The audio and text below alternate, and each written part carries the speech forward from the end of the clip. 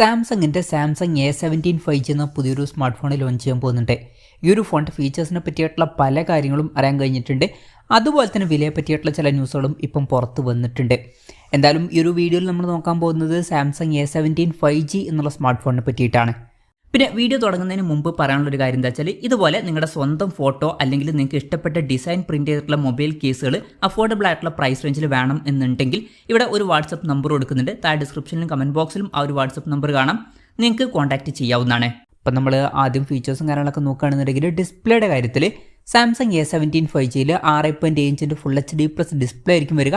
പിന്നെ ഇതിൽ super AMOLED ഡിസ്പ്ലേയും കാര്യങ്ങളൊക്കെ വരുന്നതായിരിക്കും. പക്ഷെ ഒരു കാര്യമുണ്ട്, വാട്ടർ ഡ്രോപ്പ് നോച്ച് ഡിസൈനിലെ നോച്ചേ വരുള്ളൂ, പഞ്ചോൾ ഡിസൈൻ ഇതിൽ വരില്ല. പിന്നെ 90 ഹെർട്സിൻ്റെ റിഫ്രഷ് റേറ്റ് ഇതിൽ സപ്പോർട്ട് ചെയ്യുന്നതായിരിക്കും. 120 ഹെർട്സിൻ്റെ റിഫ്രഷ് റേറ്റ് വരില്ല. പീക്ക് ബ്രൈറ്റ്നസ് വരിക 1100 നിറ്റ്സ് ആയിരിക്കും. പിന്നെ ഫോണിൻ്റെ ഫ്രണ്ടിൽ ഗൊറില്ല ഗ്ലാസ് വിക്ടേഴ്സിൻ്റെ പ്രൊട്ടക്ഷനൊക്കെ വരുന്നതായിരിക്കും. അപ്പോൾ ഡിസ്പ്ലേ ഫീച്ചേഴ്സ് മൊത്തത്തിൽ നോക്കുമ്പോൾ AMOLED ഡിസ്പ്ലേ ഒക്കെ വരും, പക്ഷേ പഞ്ചോൾ ഡിസൈൻ വരില്ല. പിന്നെ side mounted finger print sensor ഇതിൽ വരുന്നതായിരിക്കും. ഈ ഒരു ഫോണിൻ്റെ വെയിറ്റ് വരിക 192 ഗ്രാം ആയിരിക്കും. തിക്നെസ് വരിക 7.5 mm ആയിരിക്കും. പിന്നെ IP54 റേറ്റിംഗ് ഇതിൽ സപ്പോർട്ട് ചെയ്യും. ഈ ഒരു ഫോണിൻ്റെ ബ്ലാക്ക് കളർ വേരിയൻറ്റും ബ്ലൂ കളർ വേരിയൻറ്റും അതുപോലെ തന്നെ ഒരു ഗ്രേ കളർ വേരിയൻറ്റും ലോഞ്ച് ചെയ്യുന്നതായിരിക്കും. ഇനി പ്രോസസ്സറിൻ്റെ കാര്യത്തിലോട്ട് വരികയാണെന്നുണ്ടെങ്കിൽ എക്സിനോസിൻ്റെ 1330 എന്ന പ്രോസസ്സറുമായിട്ടായിരിക്കും ഈ ഒരു സ്മാർട്ട് ഫോൺ വരിക.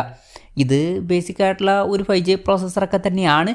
സാംസങ്ങിൻ്റെ തന്നെ സ്വന്തം പ്രോസസ്സറാണ്. 5G സപ്പോർട്ട് ഇതിൽ വരുന്നതായിരിക്കും. പിന്നെ ഫോണിൻ്റെ ബേസ് വേരിയൻറ്റിൽ 4GB റാമും 128GB ഇൻറ്റേർണലും ആയിരിക്കും വരിക.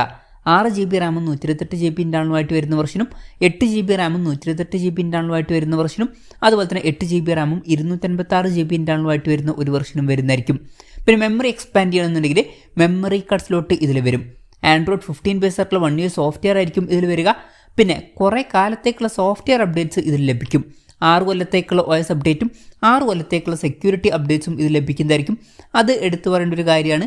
പൊതുവെ 20,000 രൂപയ്ക്ക് താഴെ വരുന്ന ഫോണുകളിലൊന്നും ഇത്രയും അധികം കാലത്തേക്കുള്ള സോഫ്റ്റ്വെയർ അപ്ഡേറ്റ്സ് കാണാറില്ല. പിന്നെ ക്യാമറയുടെ കാര്യത്തിൽ ഫോണിൻ്റെ പിന്നിൽ ട്രിപ്പിൾ ക്യാമറ സെറ്റപ്പ് ആയിരിക്കും വരിക. 50 മെഗാ പിക്സലിൻ്റെ 1.8 അപ്പേഴ്സിൽ വരുന്ന മെയിൻ ക്യാമറ സെൻസർ ഇതിൽ വരുന്നതായിരിക്കും. OSൻ്റെ സപ്പോർട്ട് വരും. പിന്നെ 5 മെഗാ പിക്സലിൻ്റെ f2.2 അപ്പേഴ്സിൽ വരുന്ന അൾട്രാ വൈഡ് ആംഗിൾ ലെൻസ് വരുന്നതായിരിക്കും. അതുപോലെ തന്നെ 2 മെഗാ പിക്സലിൻ്റെ f2.4 അപ്പേഴ്സിൽ വരുന്ന മാക്രോ ലെൻസും വരും. പിന്നെ ഫ്രണ്ടിൽ 13 മെഗാ പിക്സലിൻ്റെ f2.0 അപ്പേഴ്സിൽ വരുന്ന സെൽഫി ക്യാമറ വരാനാണ് സാധ്യത. അപ്പം ഓൺ പേപ്പർ ക്യാമറ സ്പെസിഫിക്കേഷൻ നോക്കുകയാണെന്നുണ്ടെങ്കിൽ അത്യാവശ്യം തിരക്കില്ലാത്ത നല്ല ക്യാമറ സ്പെസിഫിക്കേഷൻ വന്നേക്കാം. OSൻ്റെ സപ്പോർട്ടൊക്കെ ഇതിൽ വരുന്നതായിരിക്കും. പിന്നെ 5000 mAh ബാറ്ററി ആയിരിക്കും ഇതിൽ വരിക. 25 വാട്ടിൻ്റെ ഫാസ്റ്റ് സപ്പോർട്ടേ വരുള്ളൂ. Type C ചാർജിംഗ് പോർട്ടും ഇതിൽ വരുന്നതായിരിക്കും. അപ്പം ആവറേജ് ആയിട്ടുള്ള ഒരു ബാറ്ററി സെറ്റപ്പ് ഇതിൽ വന്നേക്കാം.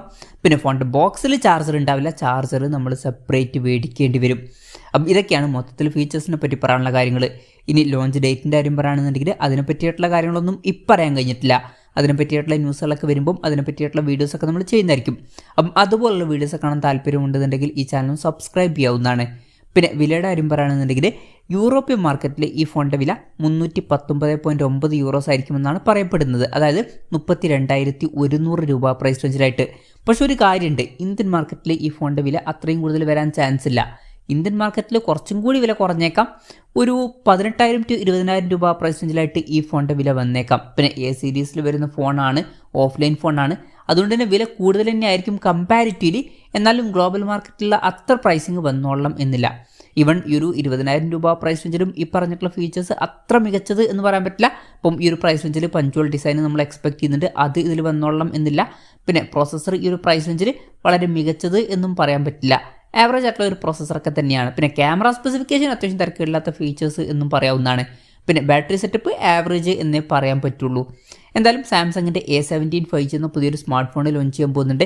ഈ ഒരു ഫോണിനെ പറ്റിയിട്ടുള്ള നിങ്ങളുടെ അഭിപ്രായം ജസ്റ്റ് ഒന്ന് കമൻറ്റ് ചെയ്യുക. അതുപോലെ തന്നെ ഈ ഒരു സ്മാർട്ട് ഫോൺ ഇന്ത്യൻ മാർക്കറ്റിൽ നിങ്ങൾ ഏത് പ്രൈസിങ്ങിലാണ് എക്സ്പെക്ട് ചെയ്യുന്നത് എന്നുള്ള കാര്യം കൂടി ജസ്റ്റ് ഒന്ന് കമൻറ്റ് ചെയ്യുക.